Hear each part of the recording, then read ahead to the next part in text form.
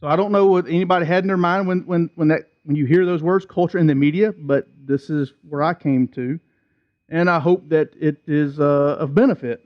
I think it'd be a benefit regardless, even if it wasn't the intended question initially. So I start this out by asking, what is our culture? What defines our culture? And basically, it is how we are raised or where we are raised, right?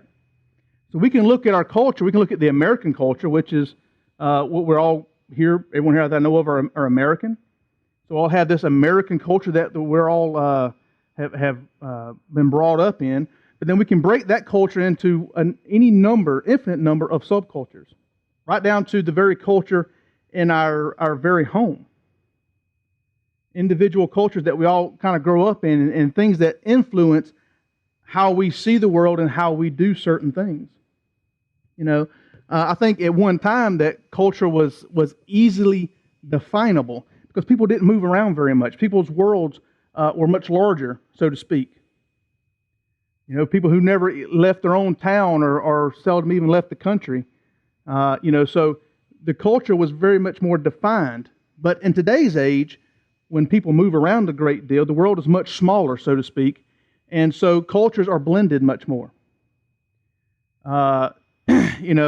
Even though we still can see definite trends, different parts of the country, different parts of the world, we have people who have moved all over the place, and then we have things, of course, the media, which our internet and movies and TV tends to blend all of these ideas. So the lines from culture to culture are much more blurred now than they used to be.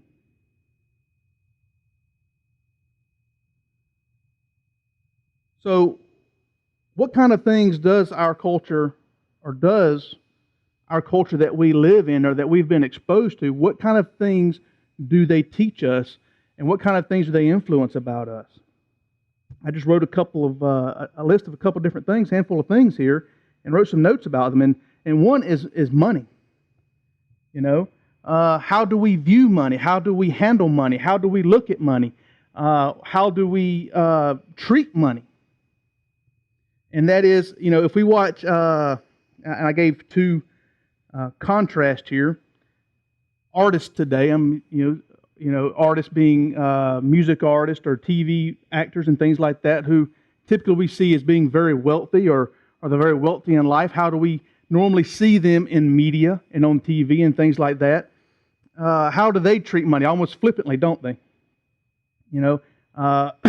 What's the phrase now used in a lot of the rap videos? Making it rain. They just throw money out and things like that. There is no. It has very little value to them because they seem to have so much of it. Compared to someone who maybe had lived through the Depression. Most of us had grandparents who can relate to that. And we can relate to remembering how they lived very frugal because they lived through a time where money was very difficult to come by. And when you did have a little bit of money, you had to treat it like it was worth something. So you're looking at a very great deal of contrast, and the way those people grew up, the culture they grew up in, is what defined how they view and how they treat that money. And all of us are the same way, and we have maybe different ways. Maybe we've raised up with grandparents who are very frugal, around parents who are very frugal because of that, but then we see things that are outside of our house through media or TV or whatever that gives us a contradiction to that. And so which one do we lean toward? Maybe somewhere in between. Some people can be frugal to a point of, they say you pinch a penny till it screams, to the point that it's to a fault. So there's two different extremes there. Another one is being in the South.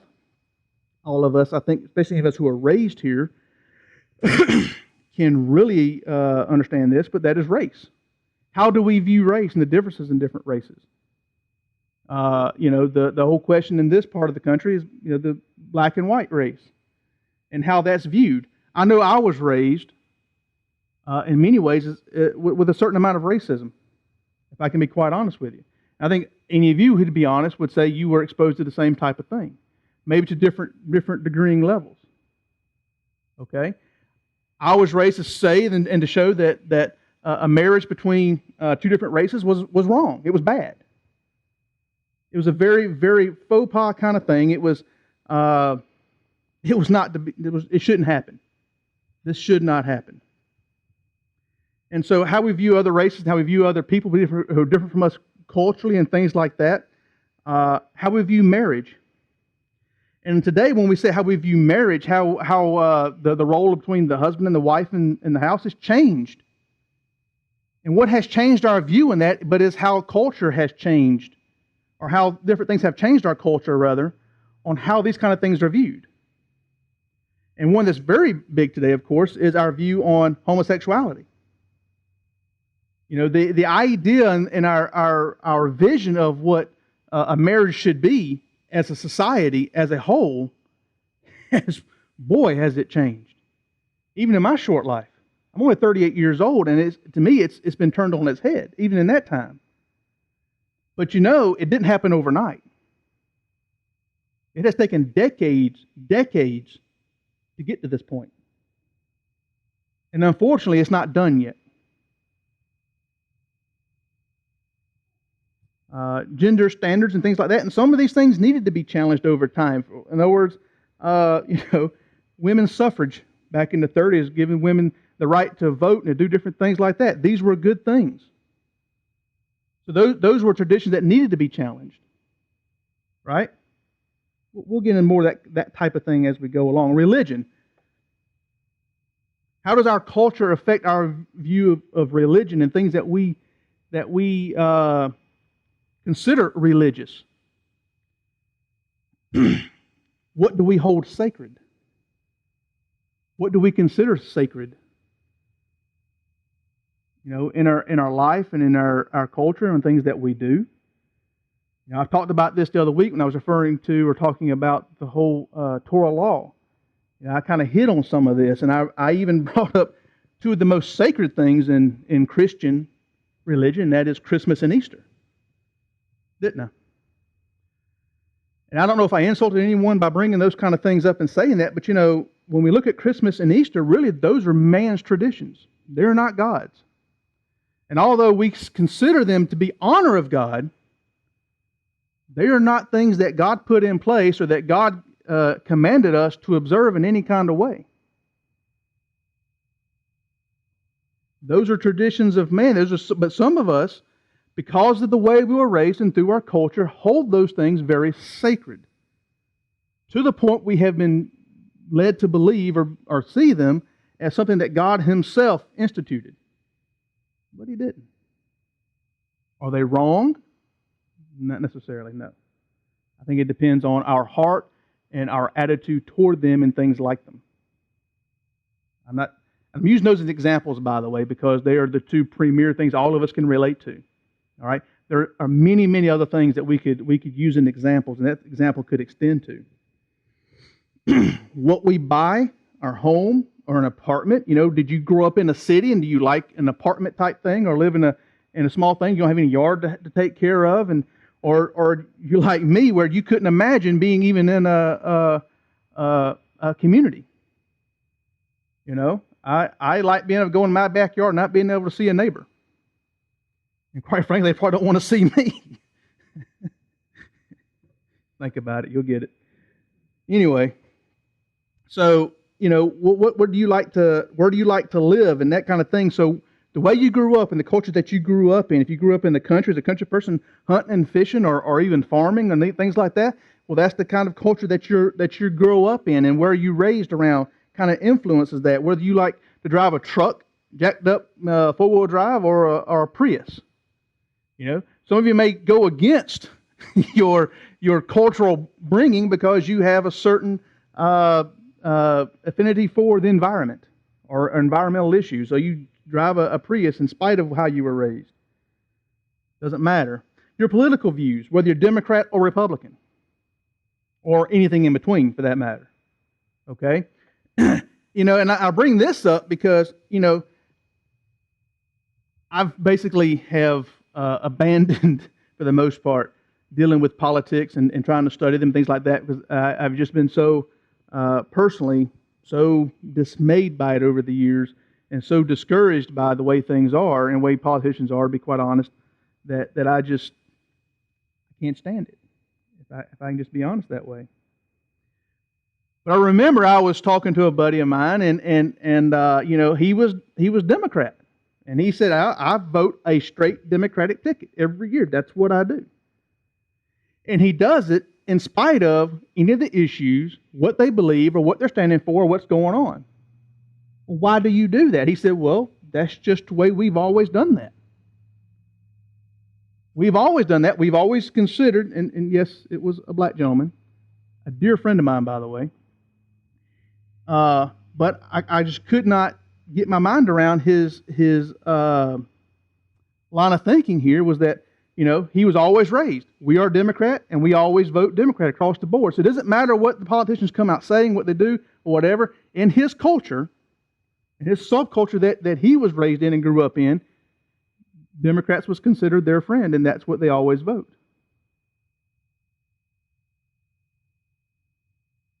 I urge you to study history about the Democrats and Republicans, and you'll find some interesting stuff about that.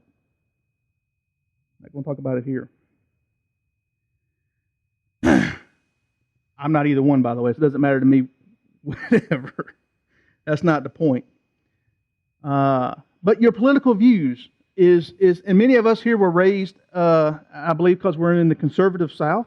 Many of us are raised and geared toward to be Republican, and many of us here would have the same fallacy as that we would consider ourselves Republican, and we would tend to want to vote a straight Republican ticket because of simply the way we were raised and told that's what we do. I see some of you shaking your head. No, well, good. I'm glad you don't. You need to look at if you're going to vote, you need to know the issues. But this is not a political rally, I promise you. So, on that note, I'm going to give you a little story.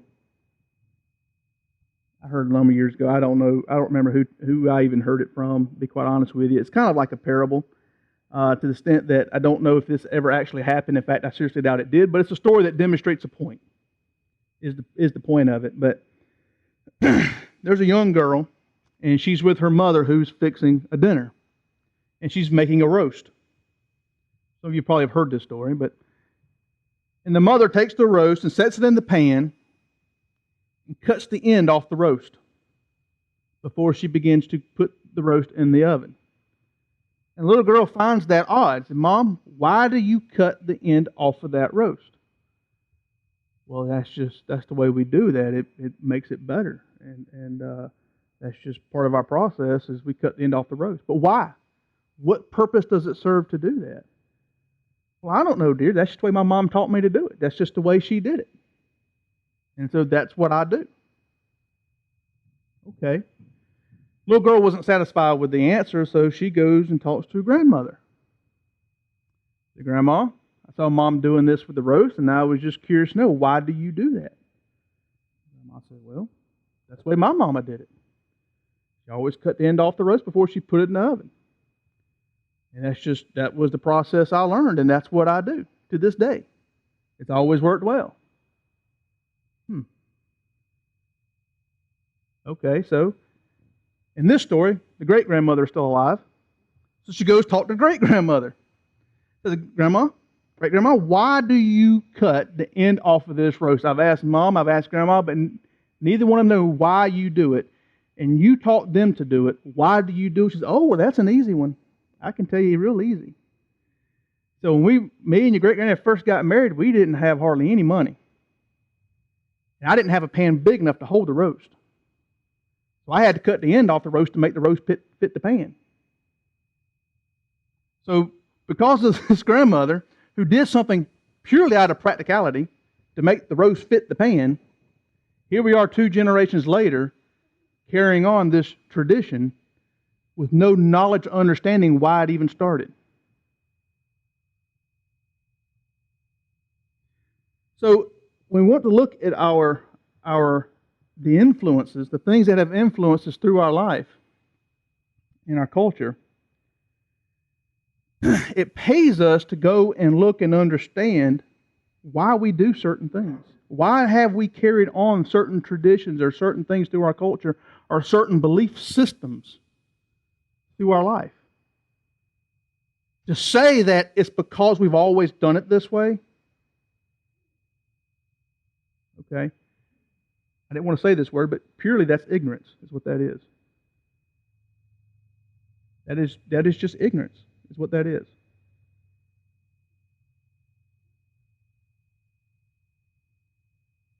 I've been guilty of it. I have a feeling all y'all have been guilty at some point in your life.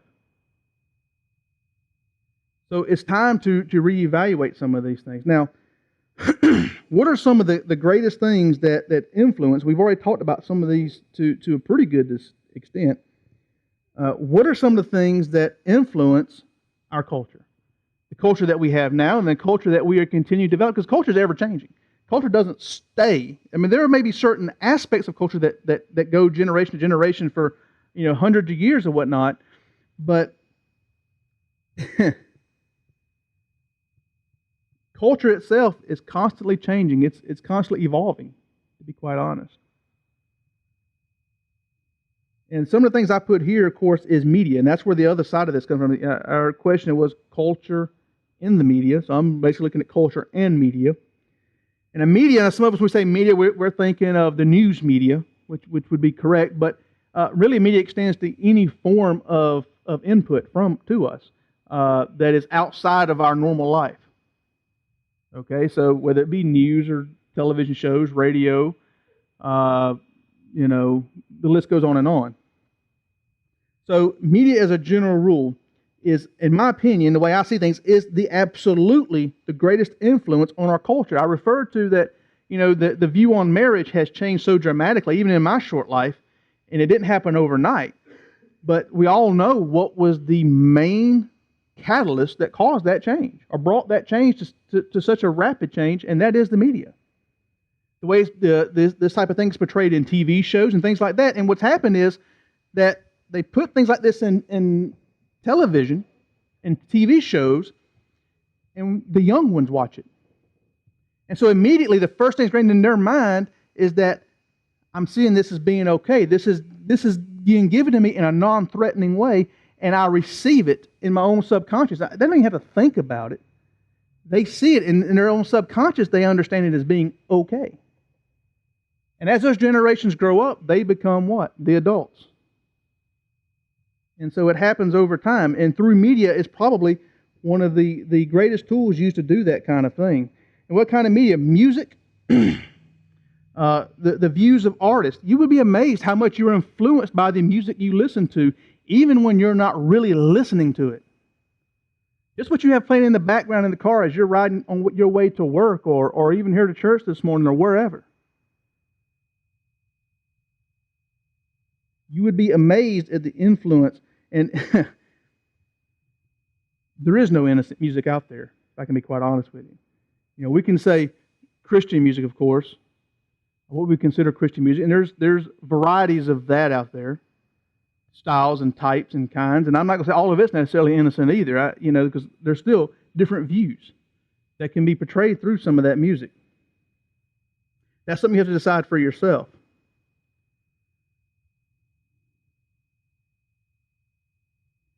Your social media.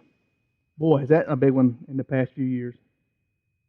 The way we're influenced through social media, because, in media in general, social media, and be it social media or by internet or blogs or things like that, means that anyone with a computer and internet access can put their own opinions out there. And we know if it's on the internet, it's true, right?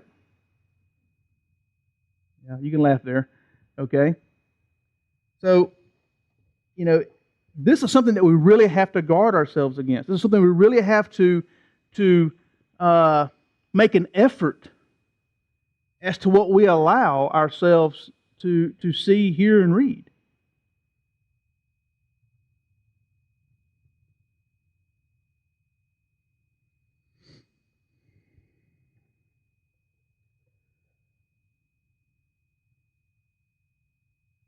Another thing is our influences are not just what we watch and see in media. It is the people we surround ourselves with. This is a huge one for a lot of us. And social media makes this sometimes easier or actually more difficult. These can be the hardest to separate from, that is, people in our life. Social media makes this much harder. Remember a number of years back, I heard a sermon by a gentleman by the name of Michael Halsey. And he preached this sermon called "Get the Fools Out of Your Boat." Excuse me. Get the fools out of your boat. And boy, to me, was it an eye-opener. And I believe it was just such a good message to put out there, and one that many people sometimes don't consider. And what he used was Noah. Excuse me, not Noah. Jonah. The one got swallowed up by a whale.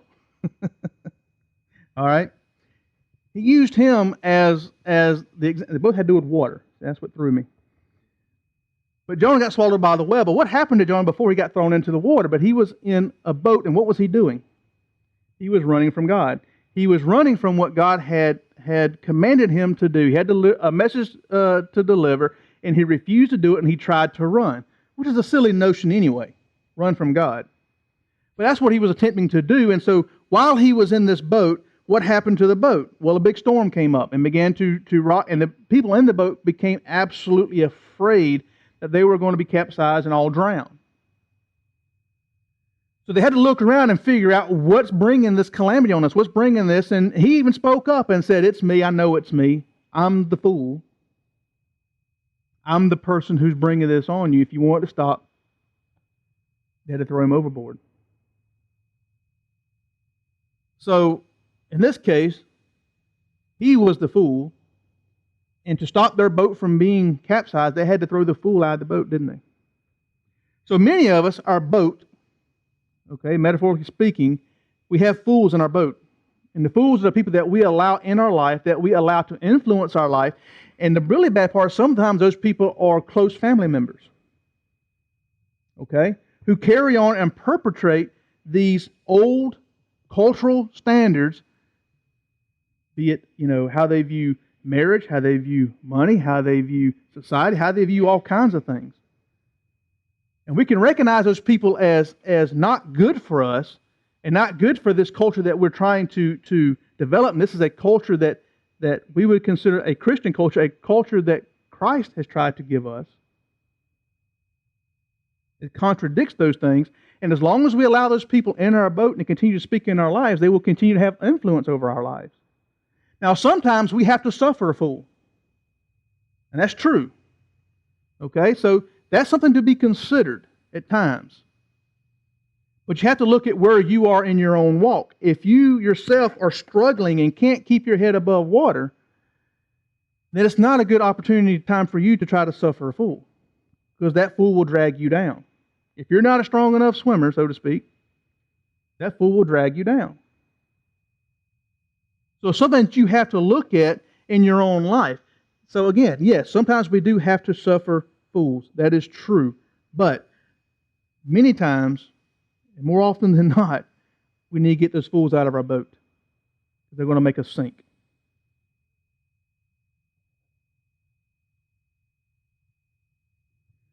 So what does some Scripture say about these things?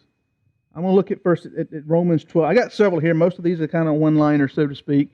Do not conform to the pattern of this world, but be transformed by the renewing of your mind. Then you will be able to test and approve what God's will is, His good, pleasing, and perfect will. So what it's telling us here is don't be conformed to the pattern of this world. Many of us are grown. This pattern is instilled in us by the way we were raised, through this culture we were raised in. Then you will be able to test and approve what God's will is, His good, pleasing, and perfect will. Be transformed by the renewing of your mind. Let's go to 1 John 2. Yeah. Do not love the world or anything in the world. If anyone loves the world, love for the Father is not in them. For everything in the world, the lust of the flesh, the lust of the eyes, and the pride of life, comes not from the Father, but from the world. The world and its desires pass away, but whoever does the will of God lives forever.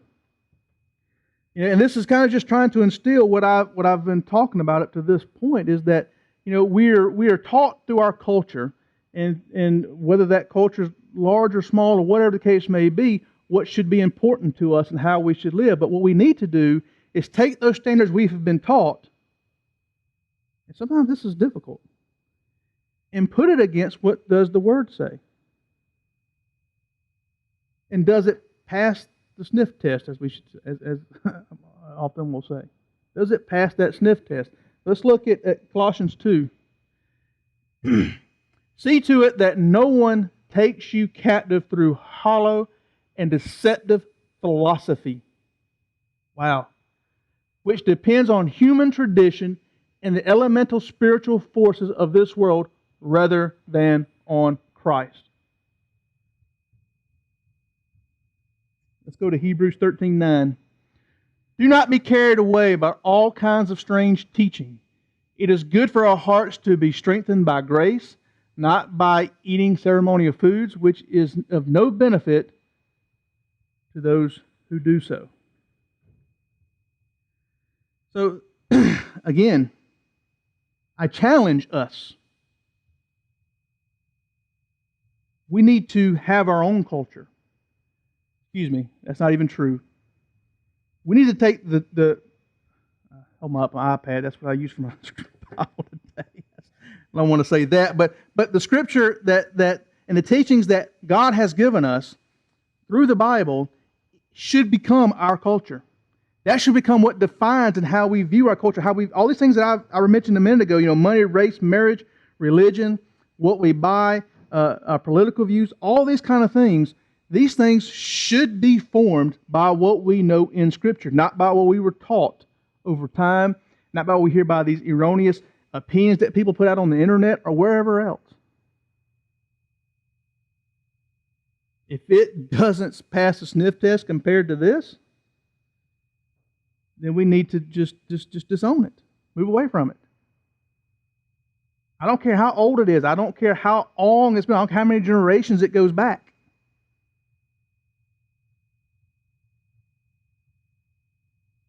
And, the reason I say that, like it's like getting the fools out of your boat, the social media thing, I'm off of it.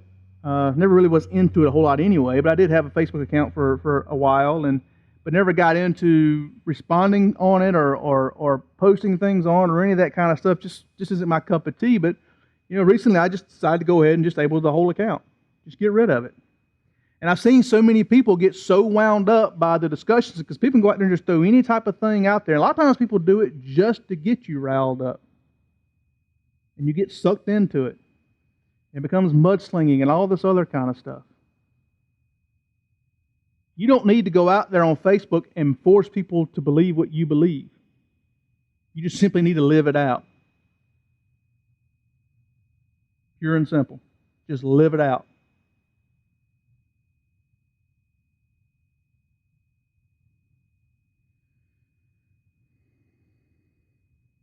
Bear with me just a moment. I want to look at something.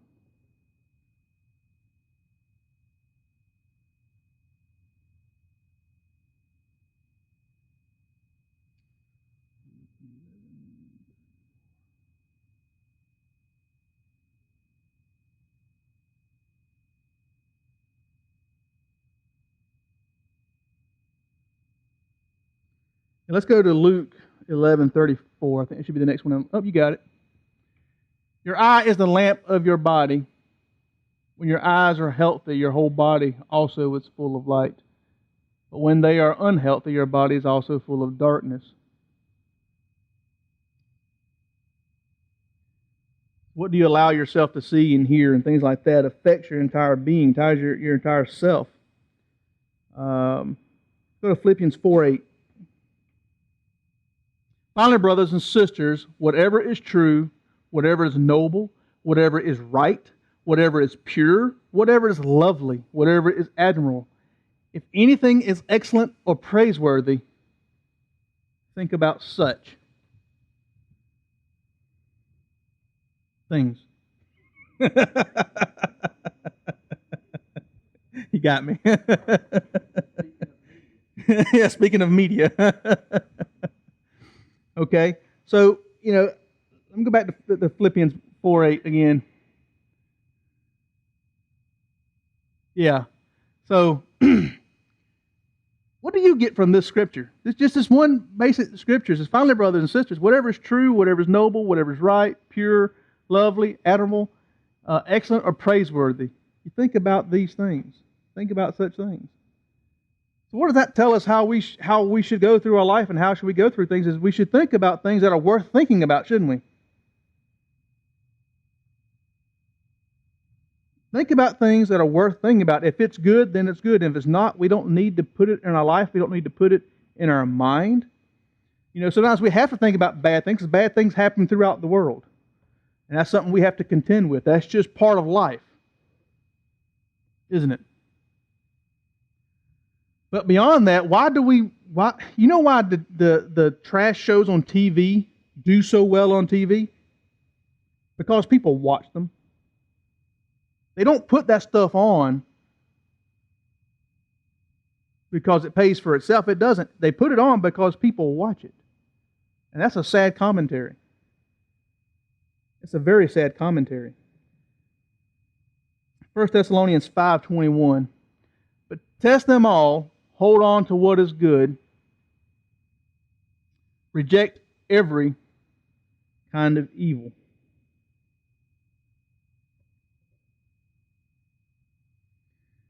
Just a few more scriptures, guys.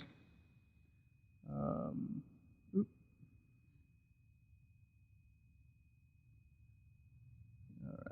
Yeah, running kind of short, but do not be misled. Bad company corrupts good character. This goes back to my comment on really getting the fools out of your boat and the people that you surround yourself with. And I understand. I'm going to go back to that subject. And I understand for some of us that's very difficult because they may live in a house with us. They may actually live with us or we live with them. And so it may not be as easy as just simply turning off something or refusing to engage on a social media network. They may live in the next room. They may even live in the same room. Okay? Your spouse or something like that may not see things the way you see them. So how do you deal with that kind of thing? Well, quite frankly, that's where I say get a counselor. Go find help for your specific and unique situation. Because there's no way I can sit up here and address situations like that of any real good outcome. But if you are in those type of situations, you need to do something, is all I can tell you. One way or the other.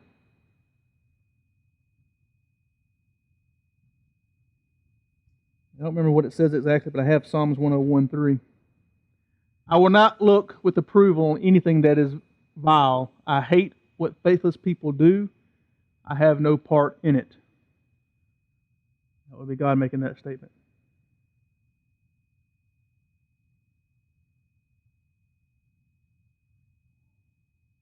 I hate what faithless people do. There are people, the church is full of faithless people, if I can be blunt. And these are people who proclaim to be Christian, who proclaim all these kind of things, even do good things and work in the church and do all these kind of things. But when things begin to look bad, their faith goes out the window. They begin to have fear. They begin to worry. They begin to tremble. They begin to forget who their Father is. They begin to forget what they have been promised if they do what they're supposed to do, even when things are really going bad for them. So these people are faithless. I'll have no part in it. I'll have no part in it. So, again, if I had to bring all this back around and look at this, we need to take, I think, I've said this before a million times, I think, probably, I think to be a good person, not only a good Christian, is we need to be self-reflective. And by self-reflective, that means that sometimes at the end of the day, at the end of the week, at the end of whatever, we need to sit back and reflect on ourselves the things that we've done, the things that we've said, the things that were said to us. How do we react to those things? How did our week go? How did our day go? And reflect and think. And meditate on those things, and ideally against what the Scripture tells us we should do. And with that, we begin to learn from our own mistakes. We begin to learn. And so I think that to be an effective person, let alone an effective Christian, is to be self-reflective. And so by being self-reflective, we can look at the things that we do that are driven to us by our culture. Whether it's by the culture that we grew up in, or by the culture we're subjected to through media, or by whatever means. And what parts of those cultures make sense? What kind of those parts of those culture actually uphold the principles of God, and which ones do not? And if they do not hold up the principles of God, then what do they need to do? They need to go away. They need to fade away. They need to no longer have the influence in our lives. And you cannot have these things hanging around on your TV, on your radio, or on your computer and think they're not influencing you. Because they are. They absolutely are. I've said it before and I'll say it again because I think it bears repeating. The music you listen to, even when you're not really listening to it, has a greater influence on you psychologically and spiritually than you realize. Like it or not, that's the way it is. I don't put no if, frames, or maybes in there. That's pure and simple. If anyone cares to challenge it, I'm up for the debate. But again, I think we need to be self-reflective. I think we need to review the things that we allow to influence us. If they don't, then do what needs to be done. Why? Because that's what it takes to become an effective follower